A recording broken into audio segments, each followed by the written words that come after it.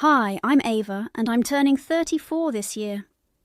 After finishing college, I landed a job at a well-known company. They paid me well, especially for a newcomer, but the job required a lot of travel and extra hours. Despite the challenges, I enjoyed feeling like I was doing something important. When I was 28, I got promoted to head an entire department, which was a big deal, especially since it's rare for women to advance that quickly. About 4 years ago, I married my boyfriend, Alex. We had been together for 2 years after meeting through a friend. I wasn't looking for a relationship, but my friend thought it was a good idea to introduce us. I never saw myself getting married or having kids, but Alex was eager to settle down and start a family before we got too old. I wasn't ready for that at all. I had just gotten promoted, and the idea of getting married and having kids felt too rushed. So, whenever Alex brought it up, I told him we needed more time to know each other better, and that marriage meant thinking about more than just the two of us. Alex then suggested, "Okay, let's wait 2 years before getting married. By then, we'll really know each other, right?" At first, I didn't think we'd last that long, but surprisingly, we did end up dating for 2 years before tying the knot. Throughout our relationship, Alex was loyal, didn't have any gambling habits, and always treated me kindly and sincerely. I admired his strong work ethic and how he always put effort into everything he did. But there was one thing that bothered me a bit: his big ego. Whenever someone at work, especially a senior, pointed out his mistakes, he'd come home ranting about how he didn't need to be told what to do and that he always thought his way was the best. Listening to him, it was obvious that he was being criticized for his errors, but it seemed like he couldn't handle being corrected, whether it came from a superior or not. When we decided to have a dinner with both our families to celebrate, Alex chose a really expensive restaurant that cost over $200 per person. He then asked me to split the bill with him because it was so pricey. I suggested going somewhere cheaper, but Alex insisted, saying it was important to make a good impression. I felt frustrated because it seemed like Alex was worried people would think he was cheap if we went somewhere less fancy. I thought to myself, if he's that worried, he should pay for it all himself. But Alex explained that his salary couldn't cover the whole bill for 8 people, maybe just 3 at most.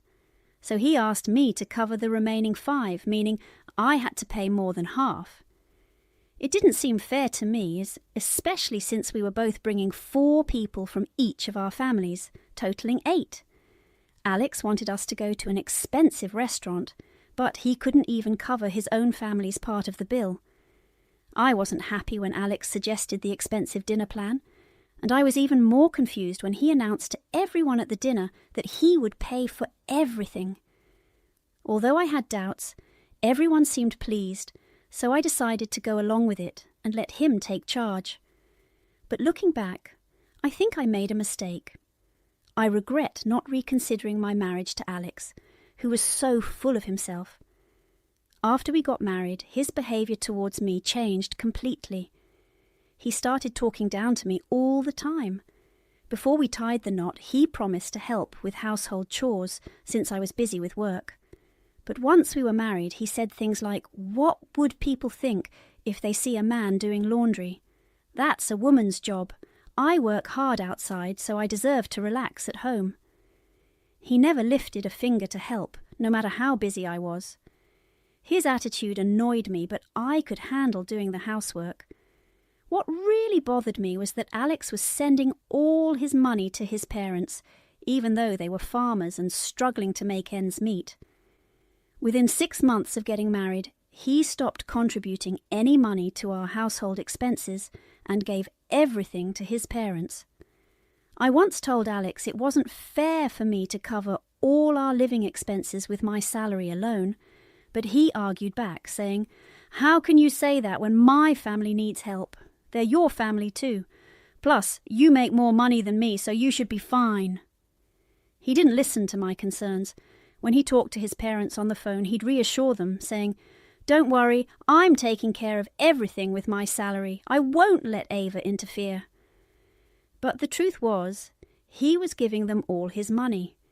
He had nothing left for himself and started asking me for pocket money, saying, "Can you give me about $200? I can't even afford lunch." I reached a breaking point and suggested, "Let's set a monthly limit on how much we send to your parents. You need to figure out how to cover your own expenses." Alex would agree, but he kept sending all his salary to his parents. That was something I couldn't tolerate anymore. One day I had to go on a business trip for about 2 weeks. Alex asked, "What about my food and laundry for 2 weeks?" Even though he knew my job required frequent travel. Feeling annoyed at his immaturity, I told him, "Figure it out yourself. You're an adult. If you can't handle it, why don't you go stay with your parents while I'm away? You'll be fine there, right?" Alex reluctantly agreed. When I returned home 2 weeks later, I found Alex's sister, Megan, there. She lived a bit far from us, and we hadn't seen each other since our wedding. I wondered why she was there, and Megan, seeing my expression, said, "Hi, Ava, it's been a while. Oh, right, about the money. It was a big help. Thank you so much." She smiled brightly, saying things that didn't make sense to me. Without even unpacking, I asked, "Megan, what money? What are you talking about?" She replied without hesitation, "Huh? Alex said that since you had some savings, he'd give me money for my business startup. He assured me not to worry because you had at least $1 million. I was completely baffled. Just then, Alex walked in holding my bank passbook and seal. When he saw my expression, he said, "Oh, welcome back. Perfect timing.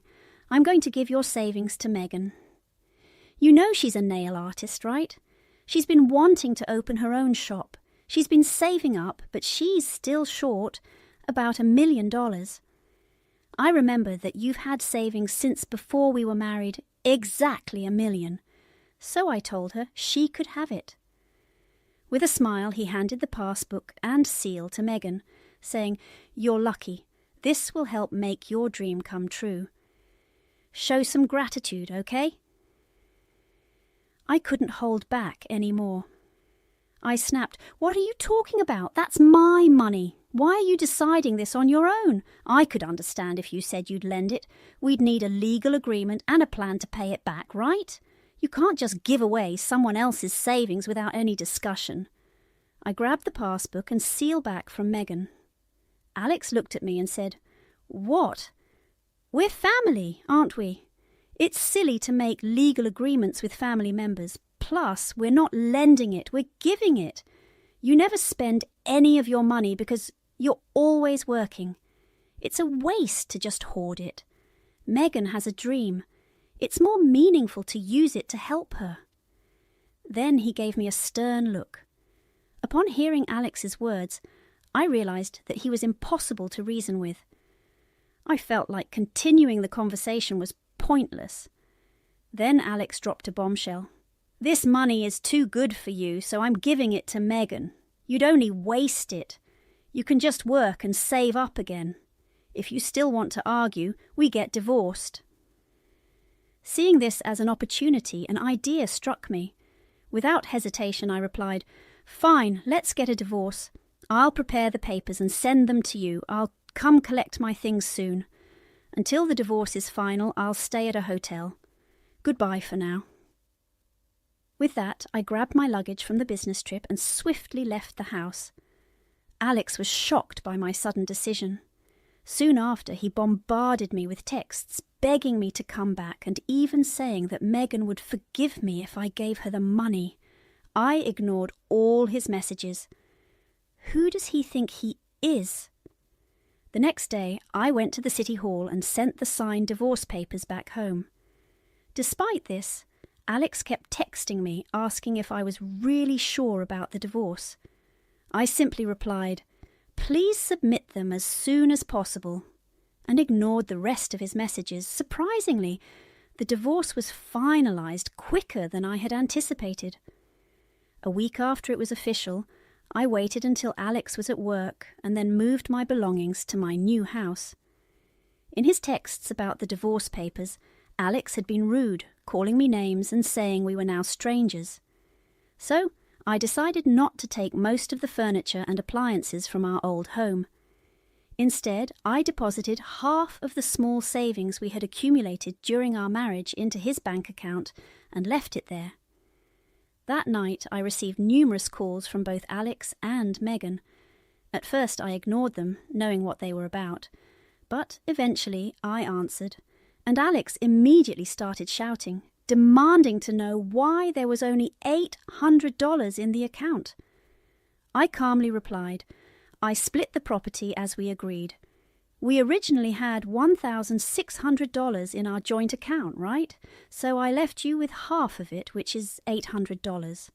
And since all the furniture and appliances were bought after we got married, I left them behind. That's fair, isn't it? Just to clarify, I ended up with less than Alex, but he wasn't convinced. He insisted, You're supposed to have $1 million in savings, right?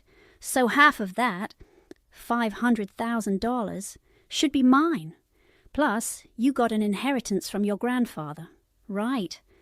Half of that should be mine too. I was stunned and couldn't help but laugh. I had seen this coming. Otherwise, Alex wouldn't have agreed to the divorce so easily. Trying to hold back my laughter, I explained, Alex, the division of property only applies to assets acquired during the marriage. My savings from before we were married and the inheritance I received aren't part of that. I consulted a lawyer, and I divided our marital assets fairly. And remember, all the money we saved during our marriage was actually earned by me. You never contributed to our expenses, so be thankful I divided that, I told him.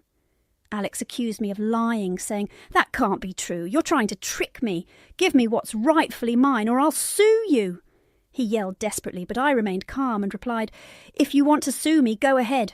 I've been fair and I haven't deceived you. I'm not afraid of being sued.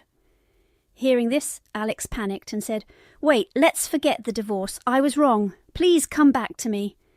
He completely changed his tune and begged for reconciliation.